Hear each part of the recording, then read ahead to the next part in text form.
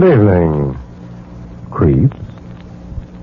Tonight, your Mystery Playhouse invites you to listen to Inner Sanctum Mysteries. Come on out, Mr. Host.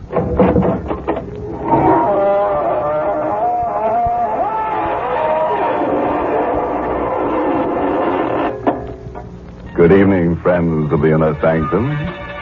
This is your host to welcome you through the squeaking door. Well, been shopping around for a nice case of murder?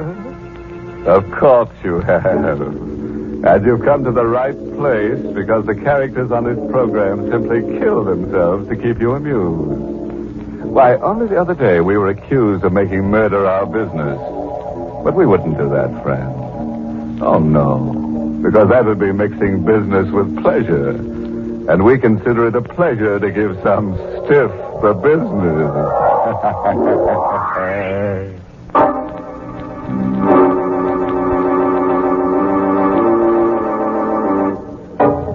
And now, friends, tonight's story is a triangle tale concerning a man, a woman, and a murderer.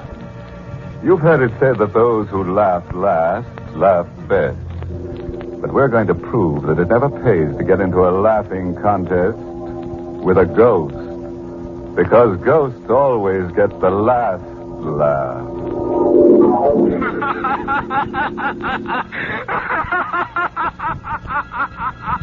I know he's dead. His body has been in the grave for weeks. Yet, although I tell myself it's impossible, I can hear him laugh. That raucous, mocking sound haunts me. The same laughter I heard for the first time in the courtroom. He had never laughed during all the weeks of the trial. Never even smiled.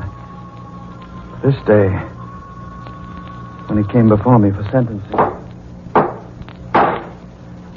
John Spencer, you have been found guilty of murder in the first degree.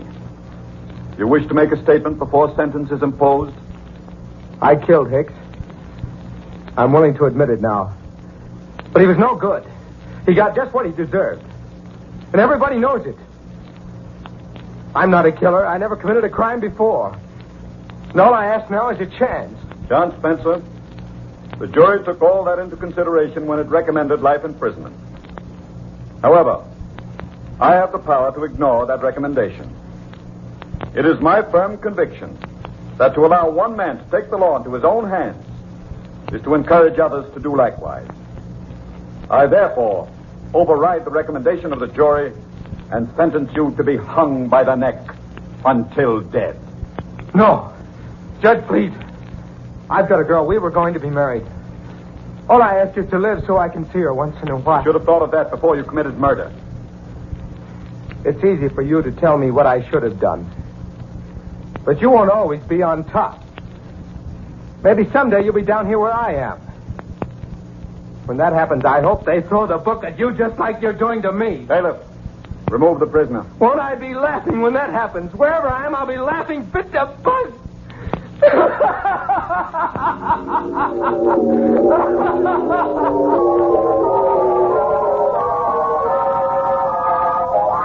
Same old story. Prisoner pleads innocence or guilty with good cause. Asks mercy. When clemency is refused, condemned man curses judge and hopes that judge will someday find himself in a similar plight. Spencer's outburst failed to move me in the slightest. I'd heard it many times before. I went home to forget about the Spencer case.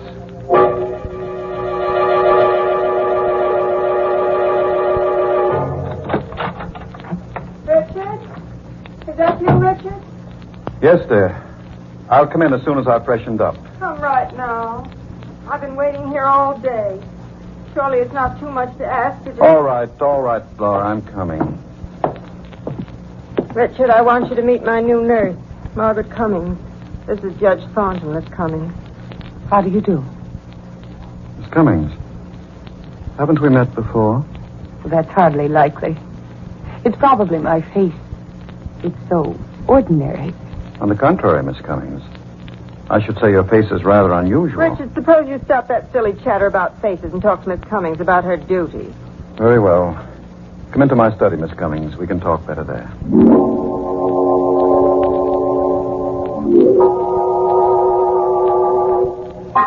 Now, sit down, please. There's not much to say, really. In the first place, my wife's heart condition isn't really dangerous. Yes, I gathered that from Dr. Fletcher. Oh, he told you about my wife, eh? Oh, yes. You're a professional person, nurse, and I believe in frankness. It makes things easier. My wife is 11 years my senior, getting on past middle age. She, is a bit worried. Not that I give her any grounds for it. Jealous. You understand? Perfectly. She's not an easy person to get along with. You'll have to humor her. I'll do my best. And, Miss Cummings, Yes. I was just wondering where it was that I saw you before. Escapes me. You know, Miss Cummings, your face is rather haunting.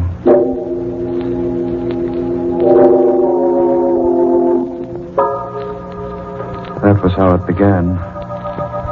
We played a game during those first few weeks. I would ask, Miss Cummings, where was it that I first saw you? Don't you remember yet? No, I don't. Well, I do. And someday, if you're nice, I'll tell you. We would laugh together. Having the girl in the house made me feel young again. But it didn't last. It ended one evening in Laura's room. Richard, Yes, dear. put down that newspaper. I want to talk to you. I'm listening. Don't you think you're going a bit too far, Richard? Too far. What do you mean? I mean Miss Cummings.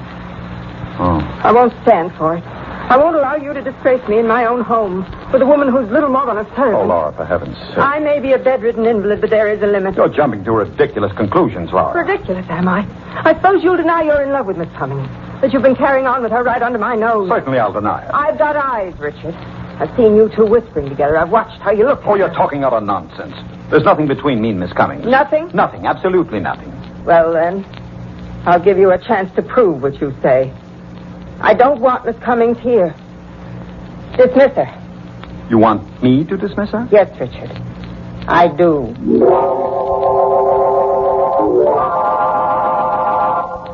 Miss Cummings, well, this is going to be rather unpleasant.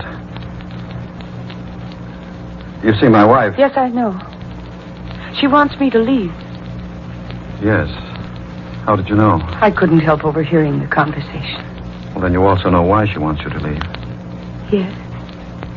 But you warned me when I first came here that she was jealous. It's been very pleasant having you here. Thank you. I'm going to miss you. Miss Cummings, could I have your home address? Of course. Why do you want it? I hope you won't think me presumptuous, but... Well... perhaps we might be able to see each other. Would that be wise? No, it wouldn't be wise. But I might as well face it. I couldn't hide it from Laura, and now I can't hide it from myself. I love you, Miss Cummings.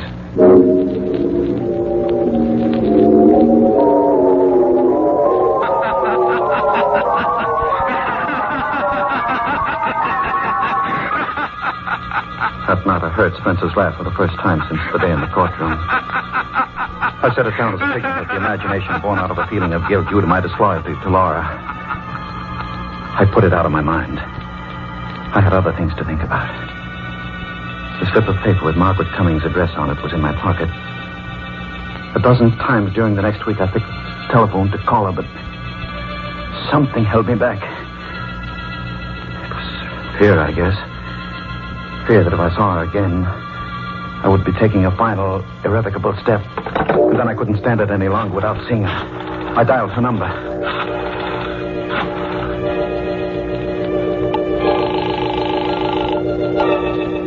Hello?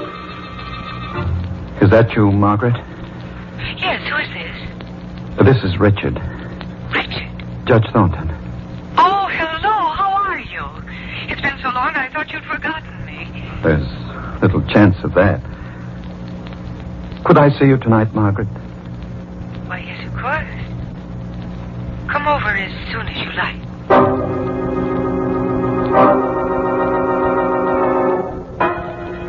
I dressed carefully. Examining myself in the mirror, I saw a tall man, still on the right side of 50.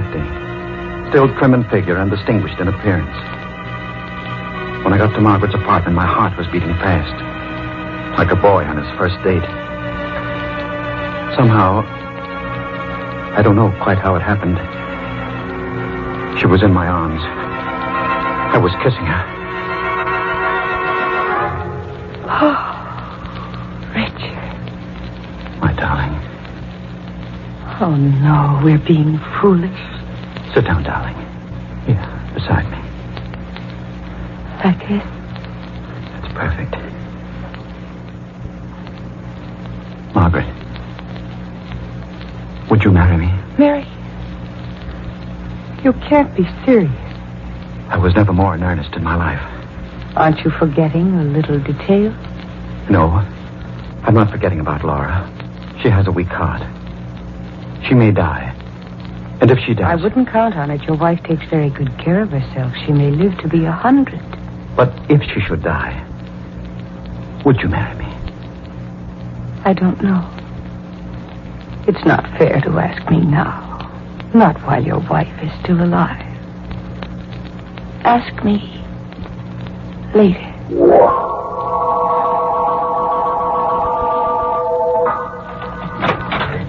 Oh, Richard. You have a pleasant evening at the club? I didn't go to the club, Laura. No. No. I lied to you. I spent the evening with Margaret Cummings. Richard. You were right. I'm in love with her. I never knew what love meant before. I can't live without her. You're mad. You don't know what you're saying. I want a divorce, Laura. Divorce? No. I want it immediately. You can't do this to me. Oh, my heart. What? Now see what you've done. Laura. Oh, the shock. My pills, Richard.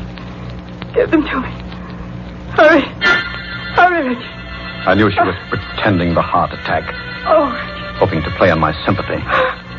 That was Laura's favorite trick. It always worked before. Not this time. This time I would pretend until I was ready to act. I gave her the pills, watched her take them and sink back on the pillow. Oh. Thank you, Richard. Feel better now? Yes, dear, much better. I don't know what I'd have done without you here. I would have died. Oh, Richard, say you didn't mean what you said before. Don't you see I couldn't go on living without you? You won't have to, Laura. Then you won't leave me for that girl. I'll take care of you. Here, let me make you more comfortable. Pillow needs rearranging. Yes, it does. Richard, what are you doing? I'm fixing the pillow. I don't want to say. Lie still. Stop twisting around.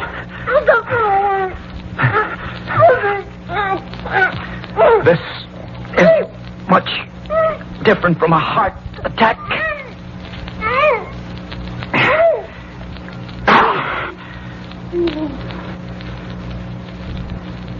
Laura?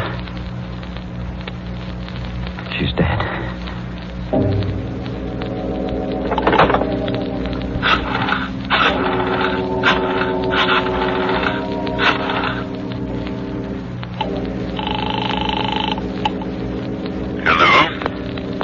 Dr. Fletcher? Yes?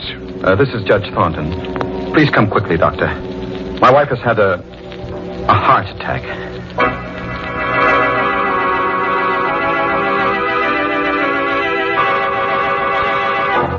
Happened during an argument. It was nothing important, Doctor. Just a domestic quarrel. And suddenly she had the attack. I gave her the pills, but by that time it was too late. It's too bad. I'd only known that her condition had become so dangerous. Oh, Judge, you've nothing to reproach yourself for. These things happen. Will you take care of the formalities, Doctor? Oh, yes, of course. The death certificate? I'll list the cause as failure of the heart. There was no need to act the part of the stricken husband after Dr. Fletcher left. I stood looking down at Laura's body. She was dead. And Dr. Fletcher's certificate would clear me of any suspicion of murder. I was free. Free to marry Margaret.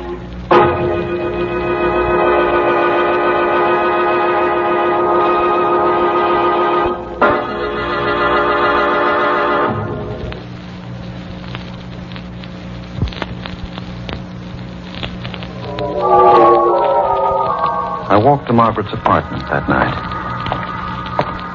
The street was dark. Empty. I had the uncomfortable feeling that I was being watched.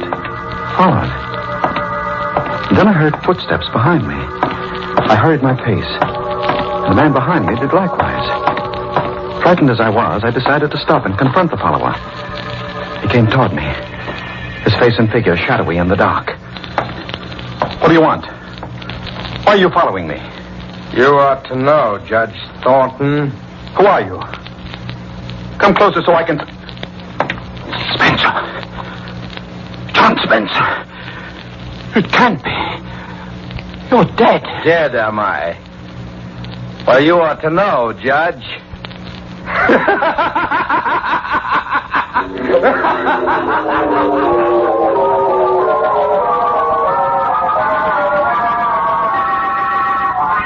Now, take it easy, mister. Take it easy. Now, just tell me what happened. I was being followed, officer. So I turned around to see who it was. And did you see who it was? Yes. And that's why I fainted. The man following me was a dead man. It was, what's that? The man following me is dead. I know he's dead, officer. I ought to run you in. You're crazy.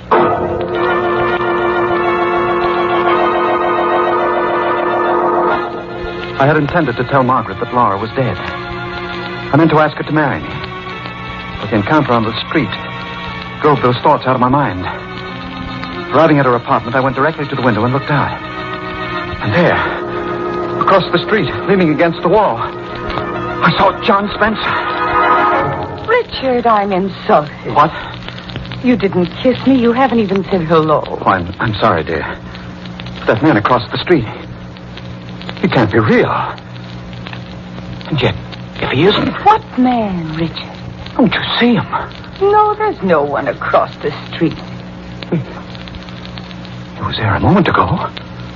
I turned my head to talk to you, and now he's gone. Darling, you're trembling. You must be sick. Don't look at me like that. Richard, what's the matter? I guess I am sick. I'd better go and have a talk with Dr. Fletcher.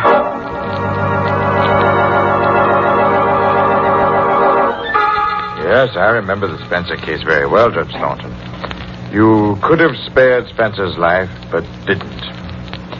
And now you imagine that he follows you? Yes. But the man is dead. Then it was his ghost that followed me. His ghost I spoke to. His ghost that laughs. There are no ghosts, Judge Thornton. With one exception. The ghosts we carry about inside us. What do you mean? Well, these things you hear and see, these are hallucinations brought on by feelings of guilt. Spencer's been dead for weeks. So the question is, why should you experience guilt feelings at this late date? I don't know. Well, psychiatry has an explanation. Quite often in such cases, one refuses to face the guilt object and transfers his guilt feelings to some other person. What are you driving at? I'm suggesting that your guilt feelings are not caused by the Spencer incident. And I'm going to ask you a blunt question. Did you murder your wife? Why, of all the idiotic... Now, just a moment, Judge. Just a moment. I've been rather uneasy about the circumstances of Mrs. Thornton's death. But you yourself diagnosed it as a heart attack. I accepted what you told me that night. A superficial examination of the body did indicate such a conclusion, yes, but your wife's cardiac condition was mild. Now, your guilt feelings lead me to suspect... This murder talk is ridiculous. Were there any signs of struggle, any marks of violence? Of course not. Mrs. Thornton might have been suffocated. Oh, nonsense. Perhaps. At any rate, I intend to recommend to the coroner that an autopsy be performed. An autopsy? Yes, it would determine whether or not death was due to suffocation. You should have no objection if I am mistaken. You meddling fool. Judge Thornton, put down that paper. You are so clever. Stay away from me. I've gone too far now to stop at another.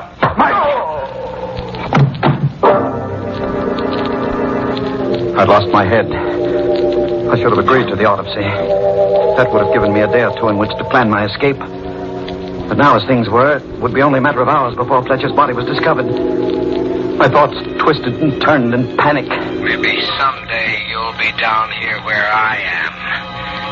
Won't I be laughing when that happens? Wherever I am, I'll be laughing fit to bust.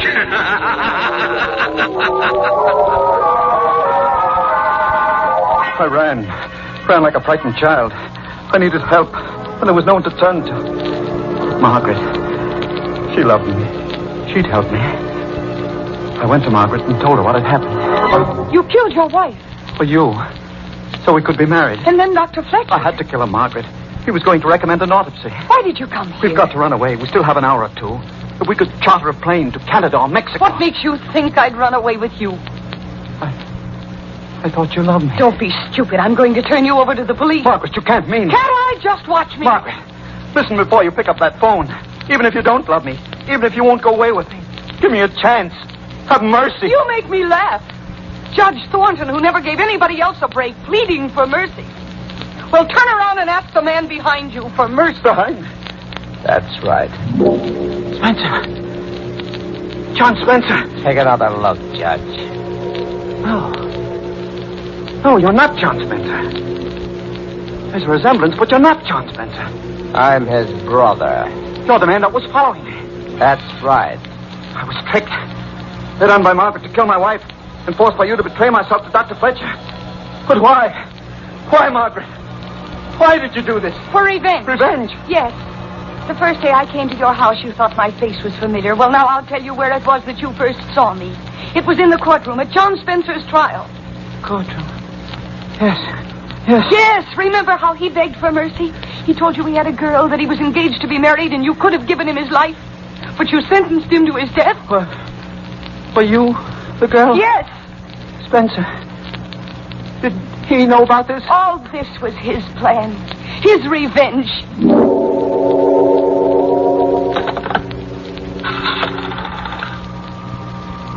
Hello, operator. Give me police headquarters. I want to report a murder. Yes, that's right, a murder. Tell them it's very important to get here as soon as they can. I'm waiting now for the police to come. For the trial. For the sentence, which I know will be death. As I wait, my thoughts go back to the courtroom. You won't always be on top. Maybe someday you'll be down here where I am. And when that happens, I'll be laughing.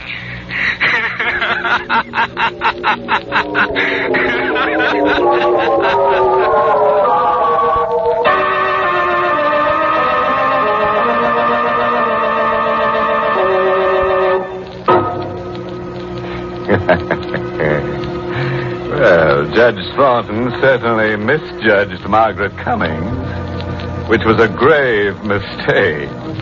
Why, he didn't have the ghost of a chance with her. She double-crossed him right into the graveyard. Oh, a word of caution. If you must commit a murder, be sure to select the proper weapon. I suggest a sharp-edged axe, because it provides you with a handy alibi. When the police want to know why you did it, you can claim the killing was accidental.